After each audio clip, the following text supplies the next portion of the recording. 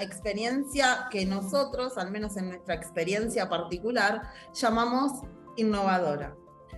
Todos sabemos que en el año 2019, en finales, diciembre, irrumpe este virus nuevo, que en principio cuando empezábamos a escuchar y teníamos noticias de otros países, era un virus que estaba apareciendo. Ya en marzo de 2020, este virus irrumpe a nivel mundial, se declara una pandemia, irrumpe a nivel particular en nuestras vidas y en nuestro quehacer profesional.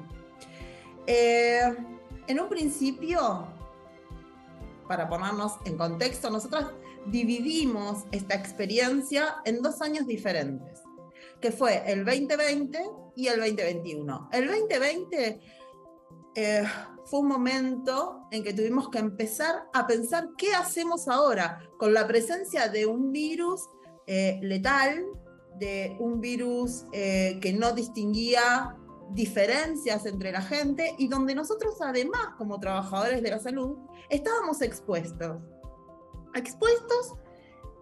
a contagiarnos y poder contagiar también a nuestras familias, porque a diferencia del resto de la población, el equipo de salud no pudo ser parte de lo que se llamó el aislamiento preventivo obligatorio, así como también la dificultad de llevar a cabo el distanciamiento social, ¿sí? Nuestra experiencia se basa en principio, aquellas acciones rudimentarias e incipientes para generar conjuntamente con el servicio de terapia intensiva de nuestro hospital el acompañamiento de los familiares que concurrían y demandaban ver a sus enfermos que estaban internados en este servicio, con todo lo que ello implica.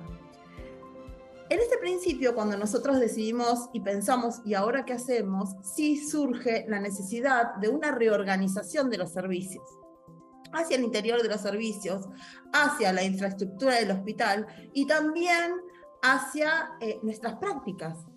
Hubo que resignificarlas, hubo que darle otro direccionamiento, hubo que pensar estrategias innovadoras y creativas para dar cuenta de esta demanda que se nos venía encima y que no había forma de pararla. Esto en un 2020 sin vacunas, ¿sí? Éramos personal de salud totalmente expuestos con todo lo que esto significa y con el impacto que tiene en el cuerpo y en la mente y en nuestras emociones. También tuvimos que aprender a usar un equipo de protección personal. Si bien hay servicios dentro del hospital que es cotidiano y es diario usarlo, existen otros servicios como el nuestro, donde no sabíamos de qué se trataba. También se crearon espacios de atención exclusiva para pacientes con síntomas sospechosos de COVID, como fue la unidad febril, dentro de esta reorganización hospitalaria, a partir de la creación de un comité de crisis, donde ciertos espacios que estaban destinados a cuestiones ambulatorias fueron de alguna manera expropiados y destinados a la atención de pacientes sospechosos o COVID positivos. Inclusive la terapia intensiva de nuestro hospital llevó adelante todo un proceso de reorganización donde quedó la terapia exclusivamente para casos COVID y el armado de otra terapia para casos con pacientes que no tenían el virus. Y esto generó también la necesidad de incorporar no solo profesionales al interior de la terapia intensiva, sobre todo lo que son los equipos de kinesiólogos. Ingresaron muchos kinesiólogos para cubrir toda esta demanda con los pacientes que a partir de un virus que tenía un impacto respiratorio requería también de este tipo de atención. No solamente ingresaron al hospital profesionales, sino también administrativos, mantenimiento. O sea, la reorganización de la vida hospitalaria fue un impacto muy fuerte. Como les decía, reconocemos un primer momento pandémico atravesado, como ya lo dijeron, por la incertidumbre, el miedo y la angustia. Esta doble vía de, por un lado, no tener vacunas, estar en constante exposición, porque no solamente el equipo de terapia intensiva, sino también nosotras cuando empezamos a asumir estas nuevas tareas más complejas de poder acompañar a los familiares para que puedan despedirse de sus pacientes, o al menos poder ver y concretizar esa idea de la gravedad que estaban atravesando sus seres queridos. No teníamos vacunas, solamente peleábamos, así como los compañeros de terapia intensiva, peleábamos al virus con el equipo de protección personal y todas las estrategias de cuidado que podíamos implementar. Fue un desafío paliar la incertidumbre, el miedo y la angustia y cómo nos atravesaba como trabajadores. Por lo tanto, este desafío implicó al menos adoptar 2 medidas: un comité de crisis con representatividad obligatoria de ciertos servicios claves del hospital, donde se empezaron a brindar directrices acompañadas o bajadas del Ministerio de Salud de la provincia para dar respuesta a la demanda y la irrupción que implicaba el virus. Y se creó también el equipo psicosocial. Es decir, nos conformamos el servicio social conjuntamente con los trabajadores de salud mental, con los profesionales de salud mental, en un equipo que en principio empezó a intentar brindar soporte a los compañeros a los cuales el desgaste por estar trabajando en esta situación de exposición estaba empezando a generar y a socavar la posibilidad de una intervención, de tener un impacto en su salud mental, un impacto en el cuerpo, ¿sí?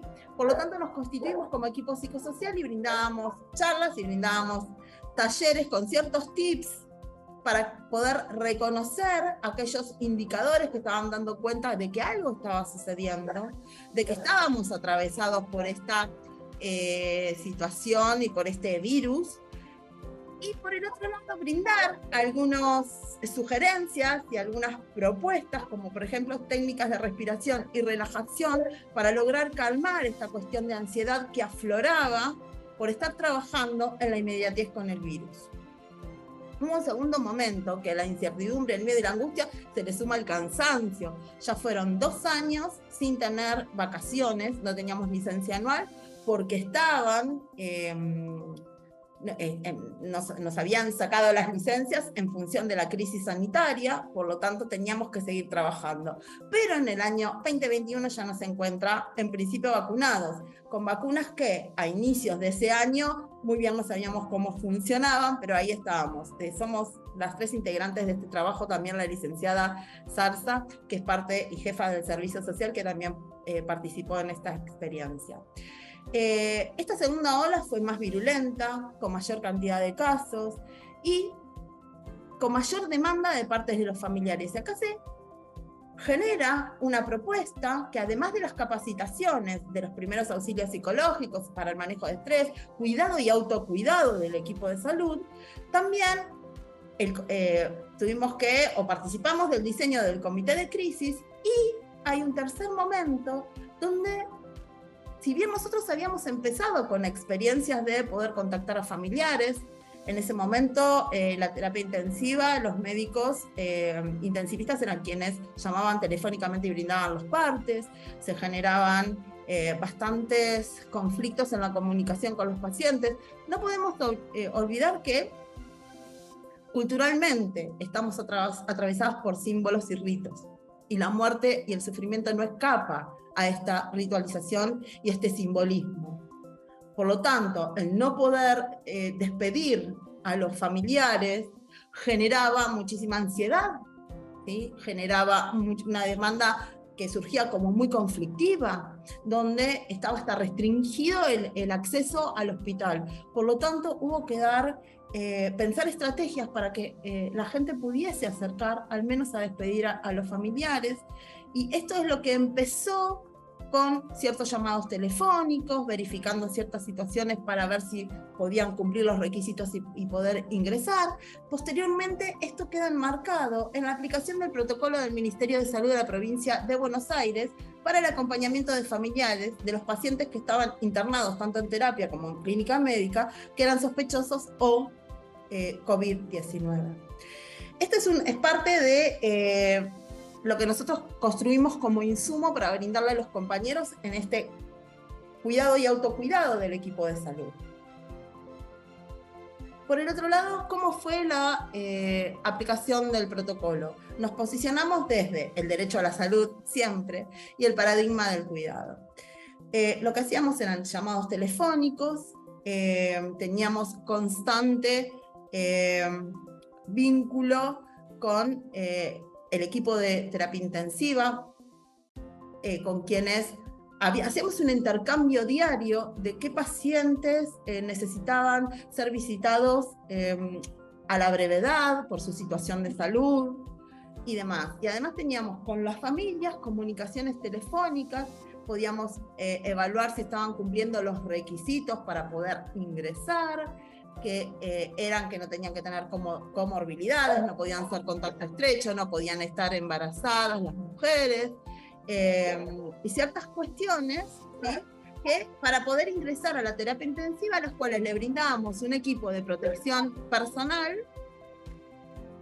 y acompañábamos en esta o despedida o visita. No todos los pacientes estaban entubados y en condiciones que no estaban conscientes. Había muy poquitos que estaban lúcidos, que estaban despiertos y que inclusive pudimos observar en 3 ocasiones cómo mejoraban sus signos vitales cuando eran visitados o veían que estaban sus familiares.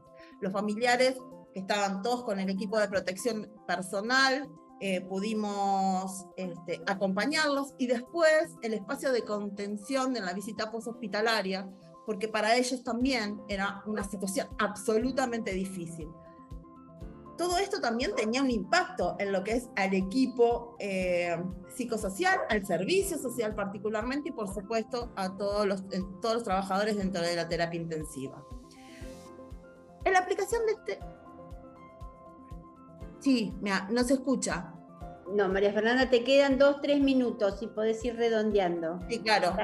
Vamos a las conclusiones, porque había algunas evaluaciones del equipo con el que trabajamos, con terapia intensiva, logramos generar vínculos y vínculos estrechos que hoy en día los seguimos sosteniendo. Que dentro de todas las cuestiones del impacto, el desgaste, la incertidumbre, el miedo y el cansancio, esto fue una experiencia favorable, inclusive vista desde el interior de los equipos involucrados. Como conclusiones, lo que podemos decir es que en principio, como personal de salud, estamos expuestos a las cuestiones de desgaste profesional originadas tanto en la organización laboral, en la organización del espacio, sobre todo como trabajadores de salud, estar en constante presencia con el sufrimiento y con la muerte. Esto genera un desgaste tanto a nivel físico como a nivel mental, la sobrecarga de trabajo generada por la pandemia, la organización. Nosotros más que de estrés hablamos de la sobrecarga producto de la organización, de la exigencia de la máxima calidad, ¿no?, con una mirada que hace necesario que se generen estrategias formales e informales para hacer frente al desgaste, como la idea de que trabajar solo y abordar esta problemática desde la soledad es imposible, y la necesidad de trabajar en equipos interdisciplinarios. Fue una experiencia, por un lado, sumamente compleja, sumamente agotadora, con un impacto que recién ahora estamos viendo las consecuencias y que estamos, de alguna manera, nosotros nos consideramos sobrevivientes de esa pandemia. Logramos llegar sin haber contraído el virus, de los cuidados desplegados y también de haber cuidado a nuestras familias. Y también, como dije antes, fue una experiencia muy favorable porque pudimos, de un lado, poder generar este cuidado, el autocuidado, pero también poder ser garantes del derecho a la salud y poder permitir que los familiares puedan despedirse de sus seres queridos. Queremos agradecer muchísimo este espacio, queremos agradecerles que nos hayan permitido presentar esta experiencia, queremos agradecerle a la doctora Iso, jefa de la terapia intensiva del Hospital Simplemente Evita, y a todo su equipo por haber hecho de esta pandemia algo innovador, y como nosotros siempre decimos, puede haber millones de camas, pero la clave está en el recurso humano, porque no hay millones de terapistas para atenderlos. Gracias.